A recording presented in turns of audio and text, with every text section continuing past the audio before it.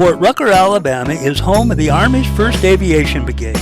They welcome the men and families of the 195th Assault Helicopter Company to dedicate a memorial to the men of the 195th who died supporting MACV-SOG in Vietnam. The memorial is at the United States Army Aviation Museum's Memorial Plaza, Fort Rucker. Be sure and watch till the end to hear messages from SOG CCS operators and 195th pilot Bruce Miller.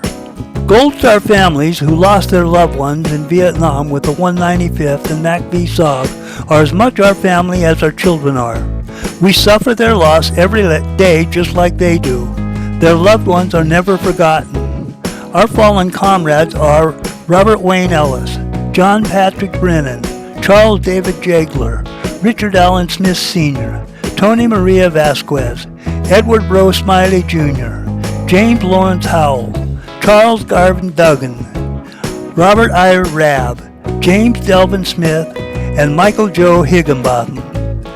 Their loved ones are never forgotten.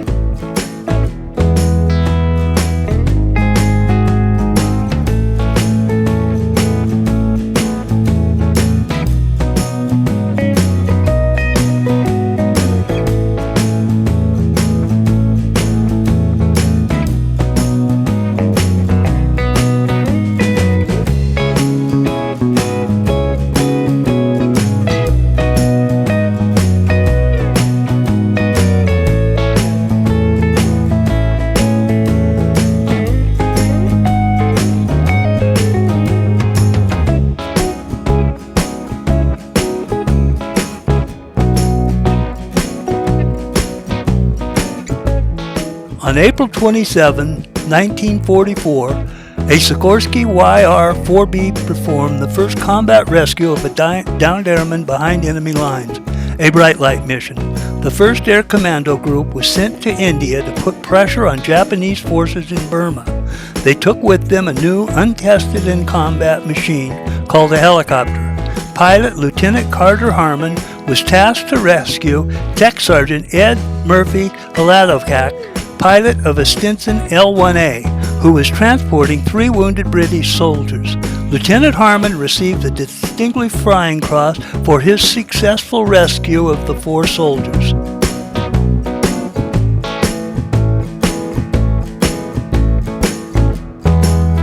Super 68, Razor's Edge, was assigned to the 160th Special Operations Aviation Regiment. In 1993, it participated in Operation Gothic Serpent. It was one of 3 Black Hawk helicopters shot down in the Battle of Mogadishu, which was depicted in Mark Bowden's news story, book, and later the movie Black Hawk Down. It is shown here configured as a ComNav IDAP. Standard armament is 19-shot rocket pod, 30mm cannon, and twin forward-fixed 7.62 miniguns. It also could mount Hellfire or Stinger air-to-air missiles on the pylon.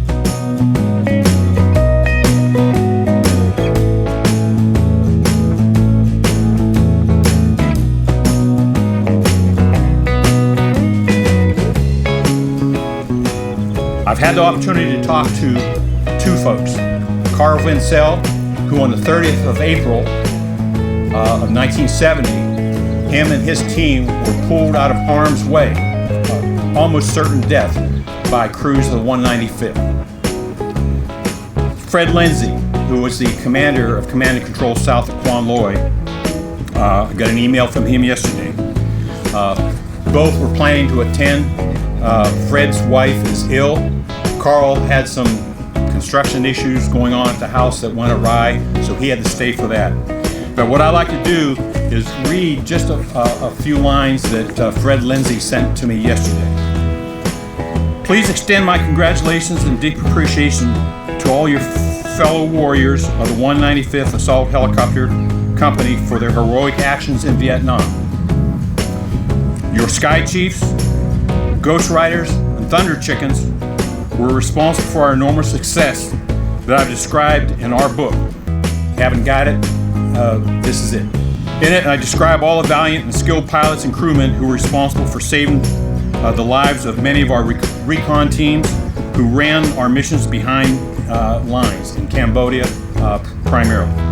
Your unit was the finest support of any of the Army helicopter, assault helicopter company units that we had support provided to us from. And we'll always be the most indebted for your service. The best of the best. I want to say just a few words about the people we supported. We had a core of professionals, the aircraft commanders who flew out of Quan Loi, which is where we supported the Command and Control South Special Studies and Observation Group, the Special Forces guys. We worked out of Quan Loi. They'd rotate young guys, repeater pilots, to go up to Quan Loi, spend a period of time. I can't remember what it was, a week, 2 weeks, a month. It was my turn to go up. When I landed at Quan Loi and was shown where my hooch was going to be, it was in a concertina barbed wire area that was separate from everything else on Quan Loi. I wasn't sure what I'd gotten myself into. It was there that they kept the mission, the planning, everything else that took place for what we did, where we flew these guys, absolutely classified. I've always been in awe of the soldiers that we supported. We dropped them off into some of the most inhospitable environments that you could possibly imagine. I've flown for extended periods of time over triple canopy forest to only go into a tiny, tiny little LZ that my aircraft commander wouldn't let me look outside. My job was to read the instruments to him as he descended, based on the instructions of the gunner and the crew chief, into this area 150 feet below.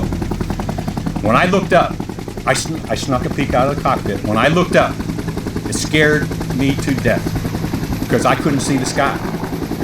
The crew chief and the gunners, pilot and co-pilot worked together to work that aircraft down onto the ground to drop off our soldiers. And from there, they went out into no man's land.